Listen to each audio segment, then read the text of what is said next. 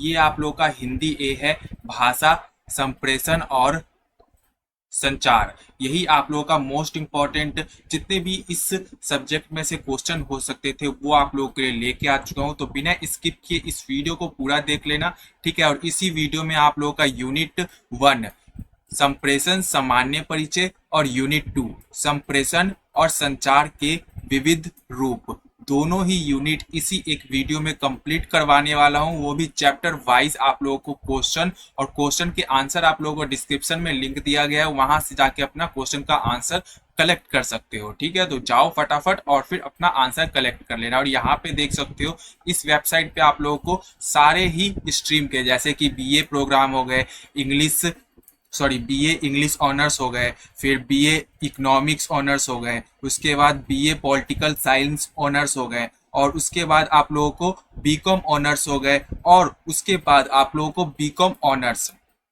मतलब यहाँ पे बीकॉम प्रोग्राम है और फिर यहाँ पे बीकॉम ऑनर्स। जैसे ही यहाँ पे आप लोग क्लिक करते हो, क्लिक हेयर वाले ऑप्शन पे आप लोग जैसे ही क्लिक करोगे, जैसे कि यहाँ पे मैंने क्लिक करा, ठीक है, तो यहाँ पे आप लोगों का नेक्स्ट पेज खुल जाएगा। जैसे कि आप लोग यहाँ पे देख सकते हो हिंदी ए, भाषा, संप्रेषण और संचार। तो यहाँ पे आप लोगों का है फिर से नेक्स्ट पेज, तो यहाँ पे आप लोगों को फिर से एक बारी नेक्स्ट पेज करना है। अब यहाँ पे आप लोगों का क्या आएगा, आप लोगों का पूरा मतलब कि क्वेश्चन, और फिर में पहले तो चैप्टर आएंगे और चैप्टर के बाद आप लोगों को क्वेश्चन देखने को मिलेगा। तो जैसे ही आप लोगों का रिफ्रेश होगा तो यहाँ पे देख सकते हो आप लोगों का यूनिट 1, फिर यूनिट 1 में 2 चैप्टर है, और फिर यूनिट 2 में आप लोगों के 4 चैप्टर है। तो यहाँ पे आप लोगों का ये भी आ गया। अब यहाँ पे मैं आप लोगों को फर्स्ट चैप्टर जैसे कि मैं स्टार्टिंग करवाऊंगा तो वहां पे आप लोगों को ओपन करके दिखाता हूँ। तो यहाँ पे आप लोगों का नेक्स्ट पेज खुलेगा, जितना आप लोगों का इंटरनेट का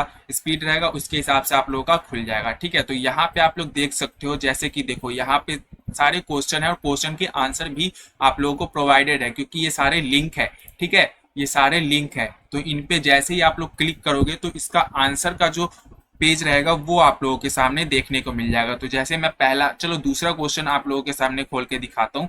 तो जैसे कि आप लोगों ने दूसरा क्वेश्चन पे क्लिक किया तो देख सकते हो यहाँ पे आप लोगों का न्यू पेज ओपन हो गया है, ठीक है। तो ये आप लोगों का प्रीवियस पेज हो गया और ये आप लोगों का न्यू पेज ओपन हो रहा है, ठीक है।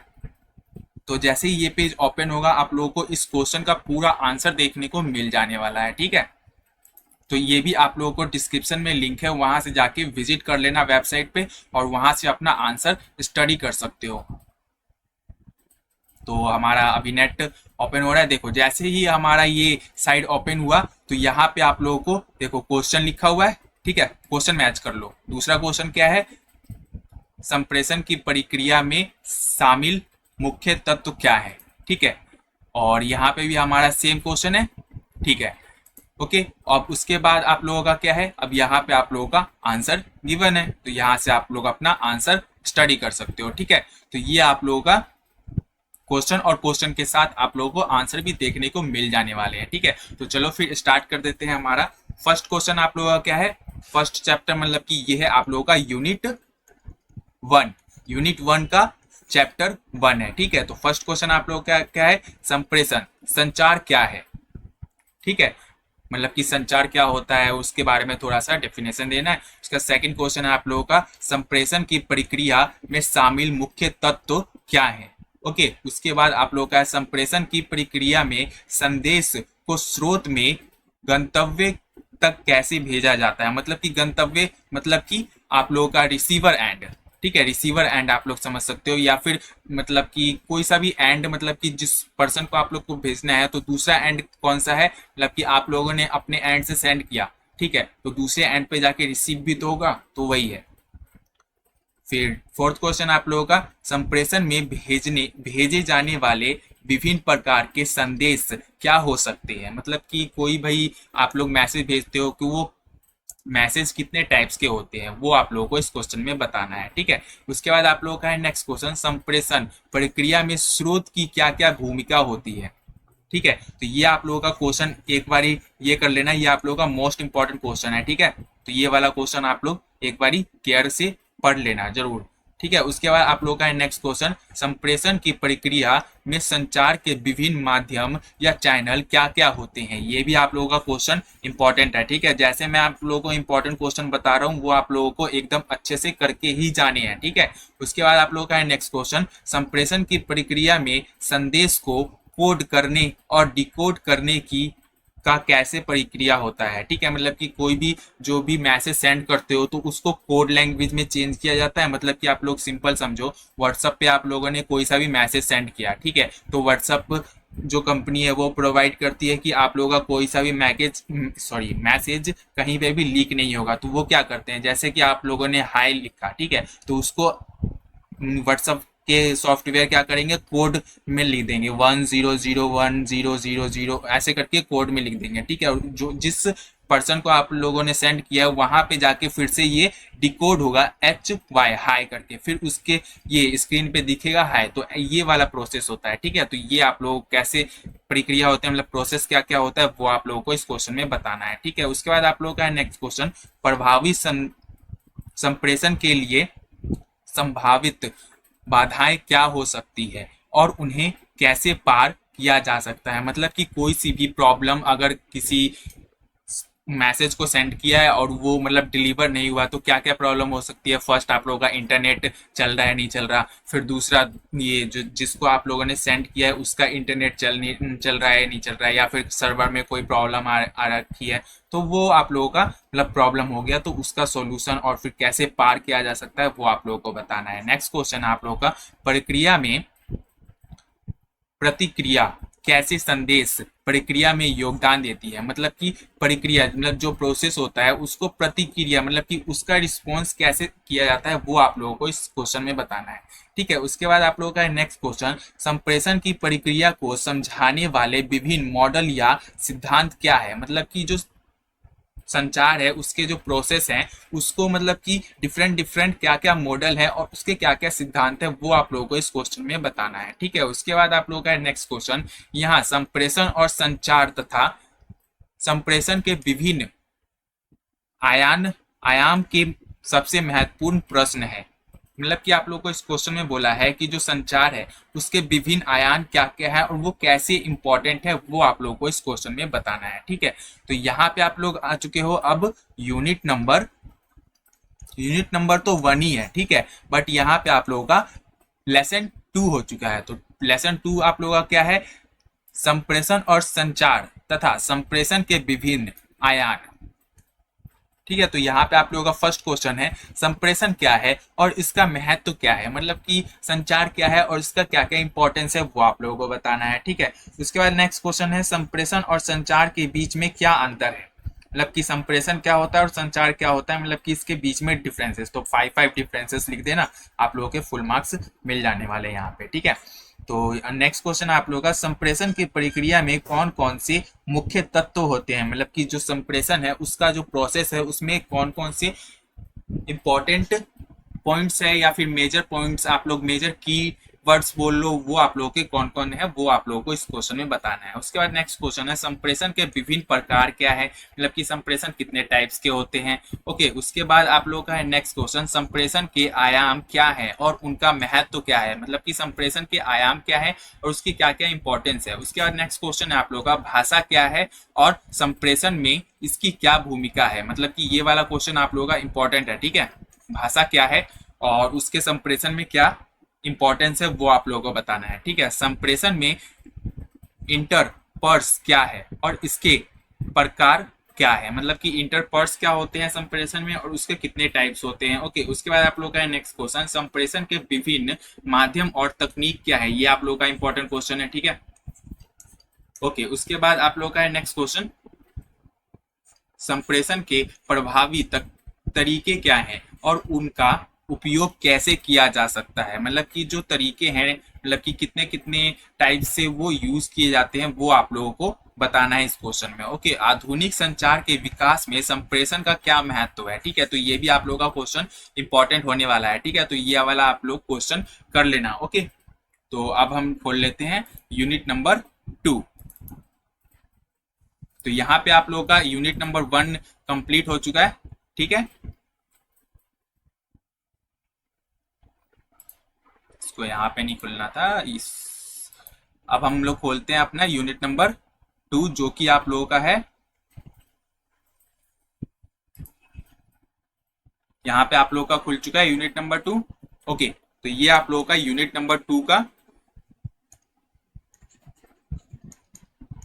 यूनिट 2 का लेसन नंबर 1 होने वाला है। तो लेसन नंबर 1 क्या है? संचार के प्रकार, मतलब कि सॉरी, संप्रेषण के प्रकार।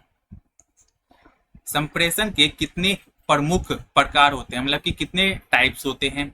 ओके, उसके बाद आप लोगों का है नेक्स्ट क्वेश्चन, आवाज संप्रेषण क्या है और इसकी विशेषताएं क्या है। ये आप लोग का इंपॉर्टेंट क्वेश्चन है, ठीक है, तो यहाँ पे आप लोगों को इंपॉर्टेंट मार्क कर देता हूँ, ठीक है। उसके बाद आप लोग का है नेक्स्ट क्वेश्चन, लिखित नॉन वर्बल संप्रेषण क्या है और इसके प्रकार क्या है। ये भी आप लोग का इंपॉर्टेंट है, ठीक है।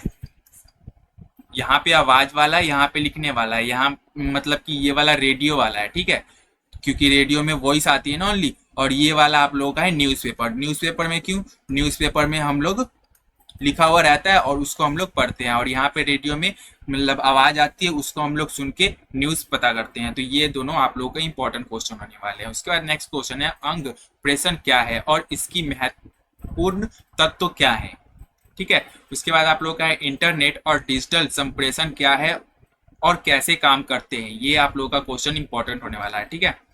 संप्रेषण के संचार माध्यम क्या हो सकते हैं और इसकी विशेषताएं क्या है, ठीक है। उसके बाद आप लोग का है नेक्स्ट क्वेश्चन, संप्रेषण के प्रकार को